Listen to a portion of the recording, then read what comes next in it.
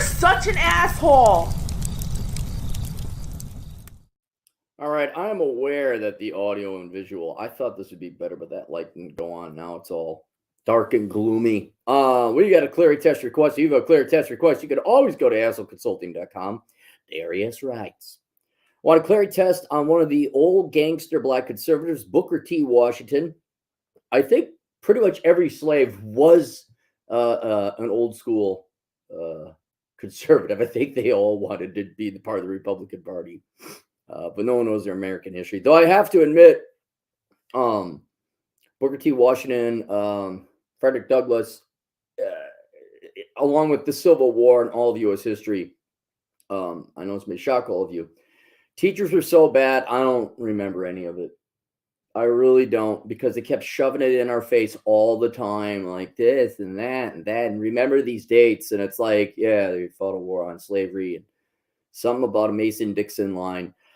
And so I can't remember anything about Booker T. Washington, Frederick Douglass. Literally, the only thing I know is Rosa Parks because of the bus.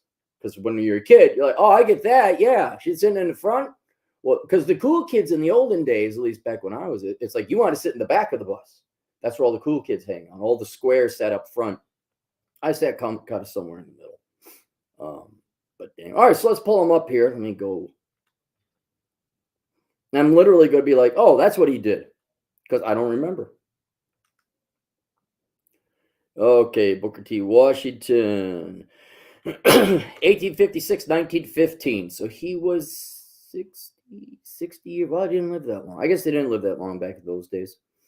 American educator, author, orator, and advisor of several presidents in the United States. Between 1890 and 1915, Washington was the dominant leader of the African-American community, a contemporary black elite. Washington was from the last generation of black American leaders born into slavery and became the leading voice of the former slaves and their descendants. They were newly oppressed in the South by disenfranchisement, Jim Crow discriminatory laws enacted in the post-Reconstruction Southern states in the late 19th and early 20th centuries. Washington was a key proponent of African-American businesses. Businesses, what are those? And one of the founders of the National Negro Business League. Business? What's with this guy making money? What?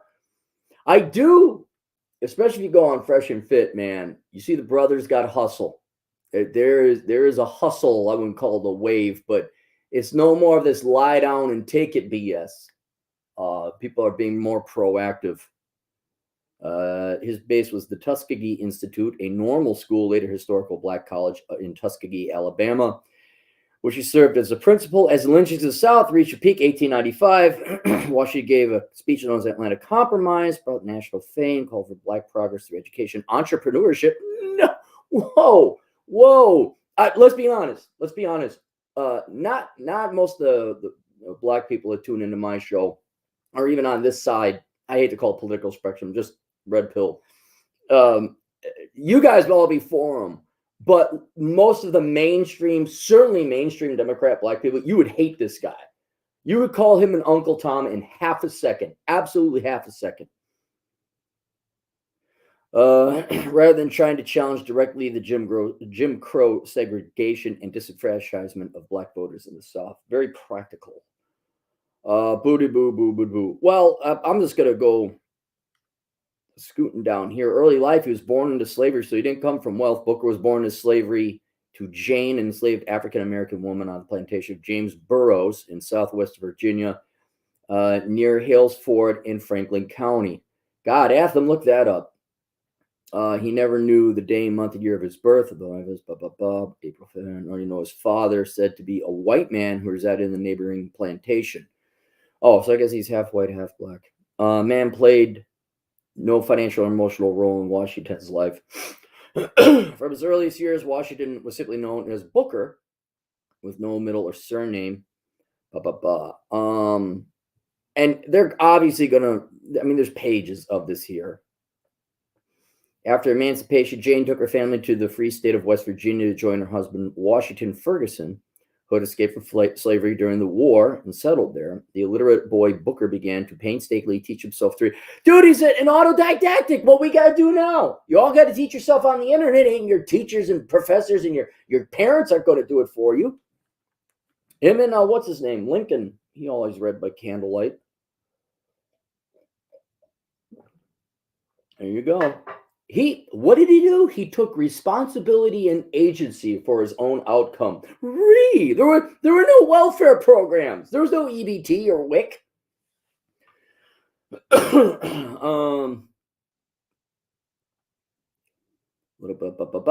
At school, Booker was asked for a surname for registration. He took the family name of Washington after his stepfather. Still later, he learned from his mother that she had originally given him the name Booker Taliaferro at the time of his birth, but his second name was not used by the master. Upon learning his original name, immediately readopted it as his own, became Booker Taliaferro Washington for the rest of his life. Booker loved books. You hear that about reading? The Negro worship books. That's what it says. Don't come after me. Come after Wikipedia. They're quoting someone. We wanted books, more books. The larger the books were, the better. We liked them. We thought the mere possession and the mere handling and mere worship of that's not as good as a crack pipe, though, right? And some dope jeans down to your kneecaps. That's really, dude. He'd be so shaking his head right now. Higher education. All right, so he's going to be grandfathered in with the Boomer Clause. Washington worked in the salt furnaces and coal mines in West Virginia. Oh, real work. Well, I guess it's better than slavery when you think about it. For several years to earn money, he made his way east to Hampton Institute, a school established in Virginia to educate freedmen and their descendants, where he also worked to pay for his studies. He didn't go and ask other people to pay for his studies. He paid for his own studies. Could you imagine that?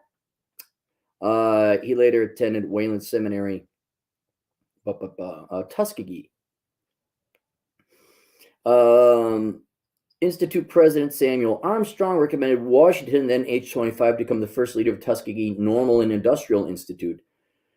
The new normal school, Teachers College in Alabama. The new school opened, initially using a room.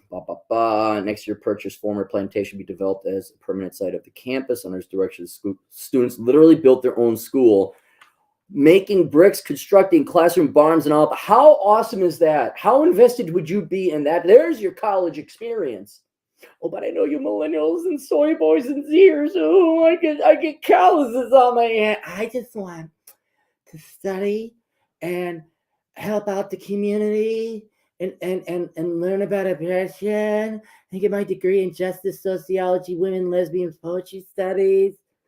Build my campus dorms. Oh my goodness. Excuse me. I'm from Winnetka and I'm coming here because I'm really smart. My teacher said I'm very smart and I'm going to change lives. I'm 18 years old. I'm a strong, independent woman, and I have a 4.0 from high school. I know so much about the real world that I cannot dirty my hands with physical labor.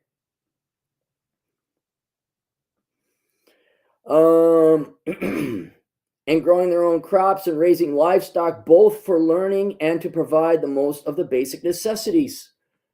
There you go.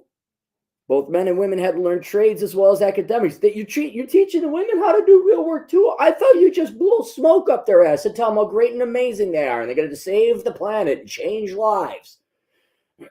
As they majored in English. There is so much more real masculine shit going on there than anything we have today. And I know predominantly for black people, but man, that everyone could use that today. Tuskegee facility used all their activities to teach the students basic skills to take back to their mostly rural black communities throughout the South. The main goal was not to produce farmers and tradesmen, but teachers in farming and trades who could then teach the new lower schools. Professors that taught something useful? Whoa, hold on. Oh, they had it so ass backwards back then, didn't they? Oh my God. College is for sipping espresso and showing who's more of a better socialist. The main goal, the school expanded over the decades, adding programs. The department became present-day Tuskegee University. Oh my God, you know what would be so sad is to see what absolute worthless classes are now offered through that modern-day university. How far it's been removed from what it was originally set out to do. The Oaks, large up, later career. Led Tuskegee more than 30 years.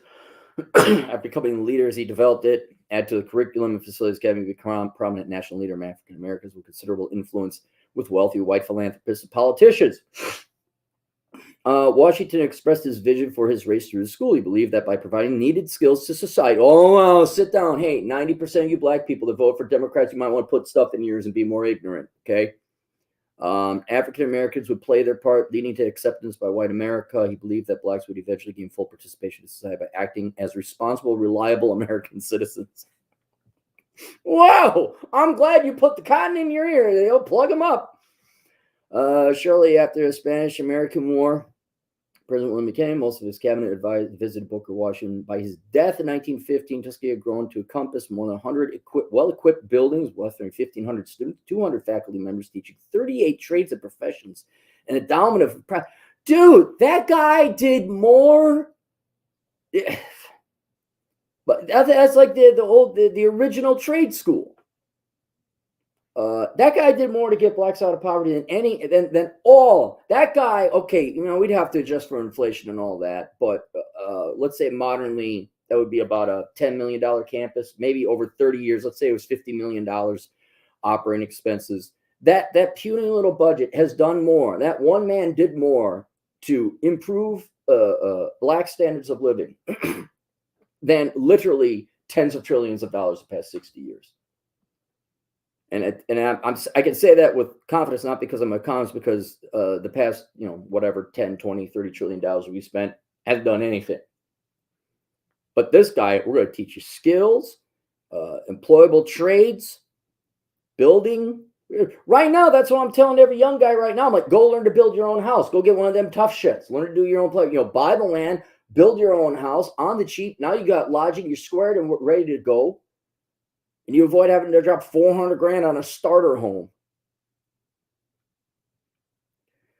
Well, I guess he worked till he died. Helped other schools, lobby West Virginia. 1895. Was criticized so independent. Oh, leader of the NAACP, W.E. Du Bois. Du Bois and his supporters were a bunch of Marxist parasites who whined and complains. Yeah. There you go. Hey, how's that NAACP working for you there, huh? How's that coming along? That really got you all out of poverty now, didn't it? All right. Married 3 times. First one, did you get divorced? All right. Very interesting. Well, I relearned what I forgot back in grade school, because it was like, and today, children, we're going to talk about Booker T. Well, no, she'd be reading from the book. Booker T. Washington, blah, blah, blah, blah, blah, blah, blah. All right. So I think he gets a score of 0. Okay. Didn't come from wealth. He was a slave. Has real working experience. He didn't major in stupid stuff because there wasn't anything necessarily. Any degree back then was a good degree, but he went into the trades. What did he do? He ran a trade school essentially. And he did until he died. Hell yeah. He gets a perfect score. Would I like to have a beer with him? Hell yes. Should he run for office? Hell yeah. Let's see. It reminds me of Herman Cain a little bit. Cain didn't come from slavery, obviously, but man, that was boy. You guys could have had a real cool president. That Herman Cain would have been a hell of a president. And I say that not only because of the skills and his background. Look it up. Very impressive guy, but he had that charm and charisma of Reagan, where you'd be like proud of this guy, unlike the popsicle stick we got now with a little tuft of gray hair. Oh my God. All right, so there you go. Cool guy. Oh man, $50 super. Wow. Well, thanks, guys. Super chats, very generous. Mr. Nix, $20. I have to donate. Booker T. Washington is one of my idols as a black man. I read up from slavery at 12 years old, and it changed my life. Go get. He wrote it. We should all probably go get it. It'd be a very interesting story. Wouldn't it be like, what was it? Didn't Nancy Pelosi and Hillary Clinton write like autobiography? I was born into wealth, and then I sucked the right dicks, and I got more wealth, and I ran for office. I've been a career politician ever since. By the way, did I tell you I have a lot of wealth? Signed a black man Sign a black man in cloud computing.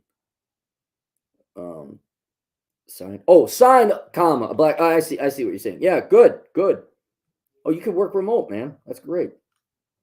Taekwondo, €2. Conservative slaves trying to conserve. No, I mean they. Actually, it wasn't conservative, or technically the conservatives in terms of the functional verb of the use. Like to conserve would have been the the South, the Confederacy. I'm talking more Republican Democrats. Back then, pretty much every black person was a Republican because they didn't want to be slaves.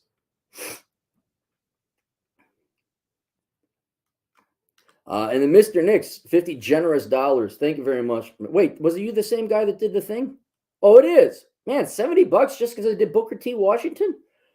$50. All black men that are watching, please read Booker Washington's book, The Future of the American Negro. You will learn about Washington's wealth system, starting with hand intelligence, doing something valuable till it's second nature before academics. Hang on, let's look up. I wonder if that's in Audible.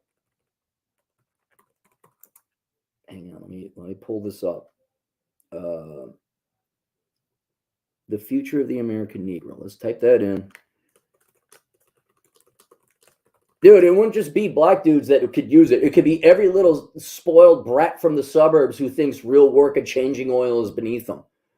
American Negro. All right. Booker Washington, Kindle, Audible. It's in Audible. So you got guys get in Audible, and you don't have to actually read it because I don't like reading. While you're wretched on your car, you can listen to that. Well, thanks, Nick. I appreciate the money. That'll pay for my flight back home, and then some because I fly Spirit. I think my flight back home is only like $35. Y'all keep slamming on Spirit. I don't know why y'all want to pay 10 times what it costs Spirit and Frontier to fly from point A to point B. Ooh, I got a pretzel snack on Delta. Oh yeah, that's worth $450. Yeah, okay. You pay for your health insurance if you didn't have that pretzel snack on Delta. All right, there you go. All right, more on the way. Vlad Elkins has to go on the local Dallas news station, so I have to make sure I'm not consuming the bandwidth. So we'll see you guys later. Toodles.